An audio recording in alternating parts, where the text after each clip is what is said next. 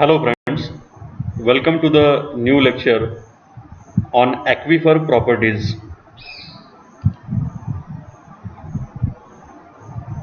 We know about the aquifers, what are the types of aquifers, definition of the aquifer. Now in this particular lecture we are going to see the properties of aquifer, Darcy's law and some numerical examples based on it. The important properties of an aquifer are its capacity to release water held in its pores and its ability to transmit flow easily. These properties essentially depend upon the composition of the aquifer. It includes porosity. The amount of pore space per unit volume of the aquifer material is called porosity. It can be expressed as porosity, it is equal to VV upon VO, where N refers to porosity, V suffix V refers to volume of voids, and V suffix 0 or O refers to volume of porous medium. In an unconsolidated material, the size distribution, packing and shape of particles determine the porosity.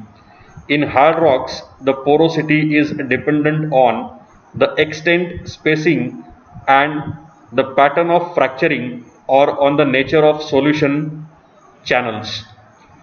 In qualitative terms, porosity greater than 20% is considered as large, between 5 to 20% as medium and less than 5% as small.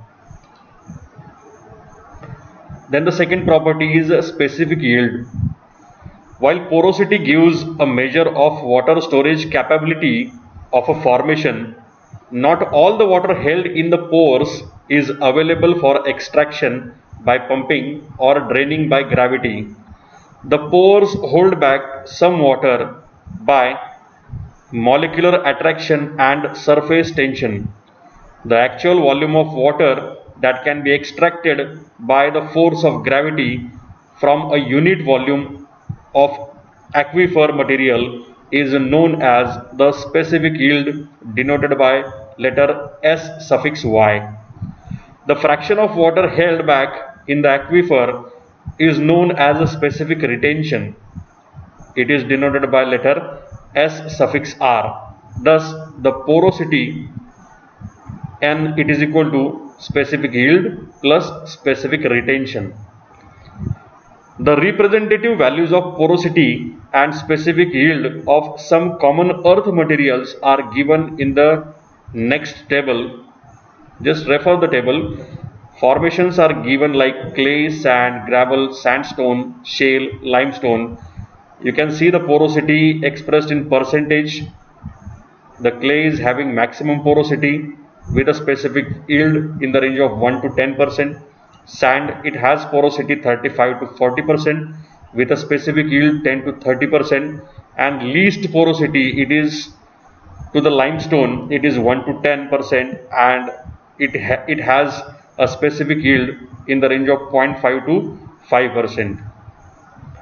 It is seen from the table that although both clay and sand have high porosity, the specific yield of clay is very small as compared to the sand. You can see that sand, it is having good value of specific yield, though the porosity it is less than the clay. Then comes Darcy's law. In 1856, Henry Darcy, a French hydraulic engineer, on the basis of his experimental findings, proposed a law relating the velocity of flow in a porous medium. This law, known as Darcy's law, can be expressed as V is equal to Ki, where V is apparent velocity of seepage is equal to Q upon A, in which Q is equal to discharge and A is equal to cross-sectional area of the porous medium. V is sometimes also known as discharge velocity. Here I is equal to minus dH upon ds, which is equal to hydraulic gradient, in which h is equal to piezometric head and s is the distance measured in general flow direction. The negative sign emphasizes that the piezometric head drops in the direction of flow. K, it is a coefficient called coefficient of permeability having the units of velocity. So this is a representative figure justifying the Darcy's law. It is Darcy's law apparatus. Here you can see this is a porous medium through which the water or given liquid it is flowing, having discharge Q, length L. This is head loss H suffix L. It is having a cross sectional area capital A. Here with the help of Darcy's law, Q it is equal to Ka H suffix L divided by capital L, where K is the coefficient of permeability, I is equal to hydraulic gradient, which is equal to HL, that is head loss, divided by total length of flow through which the head loss has occurred. The discharge Q can be expressed as Q is equal to KIA, which is equal to KA into bracket minus DH upon delta H upon delta S, where minus delta H is the drop in hydraulic grade line in a length delta S of the porous medium. Darcy's law is a particular case of general viscous fluid flow. It has been shown valid for laminar flows only. This is important. This is applicable for laminar flows only. For practical purposes, the limit of the validity of Darcy's law can be taken as Reynolds number of value unity, that is Re Vd upon nu it is equal to 1, where Re it is equal to Reynolds number, dA it is a representative particle size, usually dA it is equal to d10, where d10 represents a size such that 10% of aquifer material is of smaller size than this. Often the mean grain size is used as dA. Nu is kinematic viscosity of water. Except for flow in fissures and caverns, to a large extent groundwater flow in nature obeys Darcy's law. Further, there is no known lower limit for the applicability of Darcy's law. It may be noted that the apparent velocity v used in Darcy's law is not the actual velocity of flow through the pores. Owing to irregular pore geometry, the actual velocity of flow varies from point to point, and the bulk pore velocity Va, which represents the actual speed of travel of water in the porous media, is expressed as Va it is equal to V upon N, where N is porosity. The bulk pore velocity Va is the velocity that is obtained by tracking a tracer added to the groundwater. Then coefficient of permeability. The coefficient of permeability, also designated as hydraulic conductivity, reflects the combined effects of the porous medium and fluid properties. From an analogy of laminar flow through a conduit, Hagen-Poiseuille flow, the coefficient of permeability K can be expressed as K it is equal to CD square M gamma divided by mu, where D suffix M represents mean particle size of the porous medium, gamma it is equal to rho into G, which is equal to unit weight of the fluid, rho it is equal to density of the fluid, G it is acceleration due to gravity, M dynamic viscosity of the fluid, and C it is equal to a shape factor which depends on the porosity, packing, shape of grains and grain size distribution of the porous medium. Thus, for a given porous material, K is directly proportional to 1 upon nu, where nu is equal to kinematic viscosity, which is further equal to mu upon rho, which is equal to F, that is temperature. The laboratory or standard value of coefficient of permeability Ks is taken as that for pure water at standard temperature of 20 degrees Celsius. The value of Kt, the coefficient of permeability at any temperature T, can be converted to Ks by the relation Ks is equal to Kt into bracket nu T upon nu S, where nu S and nu T represent kinematic viscosity values at 20 degrees Celsius and T degrees Celsius respectively. The coefficient of permeability is often considered in two components, one reflecting the properties of the medium only and the other incorporating the fluid properties. Thus, a term K0 is defined as K, it is equal to K0 nu upon mu is equal to K0 into bracket G upon nu, where K0 it is equal to CDM square. The parameter K0 is called specific or intrinsic permeability, which is a function of the medium only. Note that K0 has dimensions of L square. It is expressed in units of centimeter square or meter square, or in Darcy's, where 1 Darcy it is equal to 9.87 into 10 raised to minus 13 meter square. Where more than one fluid is involved in porous media flow, or when there is considerable temperature variation, the coefficient K0 is useful. However, in groundwater flow problems, the temperature variations are rather small, and as such the coefficient of permeability K is more convenient to use. The common units of K are meter per day or centimeter per second.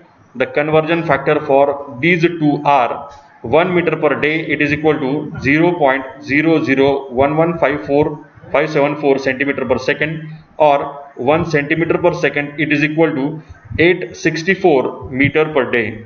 Some typical values of coefficient of permeability of some porous media are given in the following table. Just refer the table.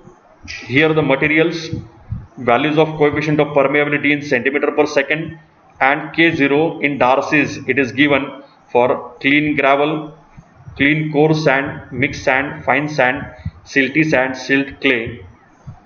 Just have the look on the values of coefficient of permeability K.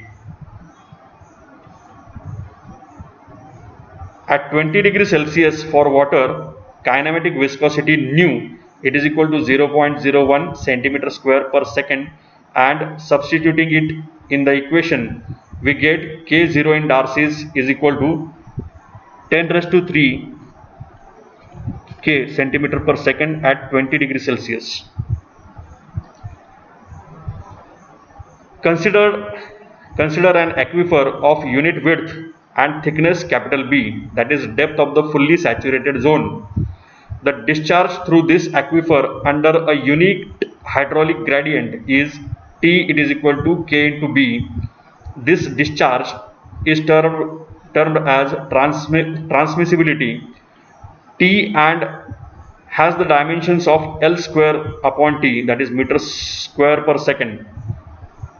Its units are meter square per second or liters per day per meter width, LPD upon M. Typical values of T lie in the range of 1 into 10 raised to 6 liters per day per meter, or 1 into 10 raised to 4 liters per day per meter. A well with a value of T it is equal to 1 into 10 raised to 5 LPD upon M is considered satisfactory for the irrigation purposes.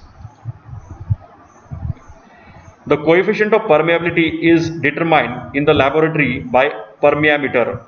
For coarse grained soils, a constant head permeameter is used.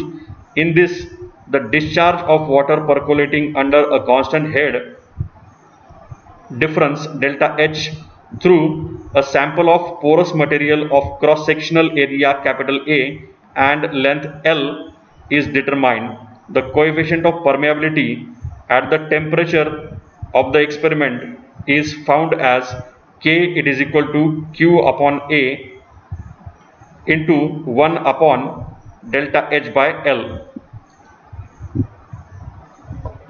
Then come to the stratification. Sometimes the aquifers may be stratified with different permeabilities in each strata. Two kinds of flow situations are possible in such a case. So here the first situation indicate the flow parallel to the stratification. You can see in two impervious beds there are different stratifications which are having different coefficient of permeabilities and different widths. K1 refers to the coefficient of permeability for thickness B1, K2 B2, K3 B3 up to Kn Bn, and the flow it is in parallel direction to the stratification. When the flow is parallel to the stratification as shown in the figure, equivalent permeability K of the entire aquifer of thickness capital B, that is total thickness of the aquifer, it is summation of all the thicknesses of individual strata, is Ke it is equal to summation of Ki Bi divided by summation of Bi. The transmissibility of the formation is T it is equal to Ke summation of B, which is further equal to summation of Ki Bi ranging from 1 to n. Second condition denotes if the flow is normal, that is perpendicular to the stratification. So here in this case you can see the flow is perpendicular to the stratification, where K1, K2, K3 are the coefficient of permeabilities of each strata, and L1, L2, L3 up to Ln are the lengths of the strata. When the flow is normal to the stratification as shown in figure, the equivalent permeability Ke of the aquifer of length, total length is L, which is equal to summation of all the lengths, is equal to Ke, which is further equal to summation of all the lengths divided by summation of Li upon Ki. Note that in this case L is the length of seepage and the thickness B of the aquifer does not come into picture in calculating the equivalent permeability. The transmissibility of the aquifer is T it is equal to Ke into B. Let us see a numerical example. At a certain point in an unconfined aquifer of 3 km square area, the water table was at elevation 102.00 meter. Due to natural recharge in wet season, its level rose to 103.2 meter.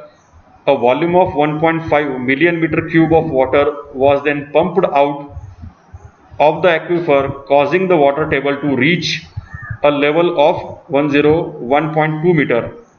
Assuming the water table in the entire aquifer to respond in a similar way, estimate the specific yield of the aquifer and the total volume of recharge during the wet season.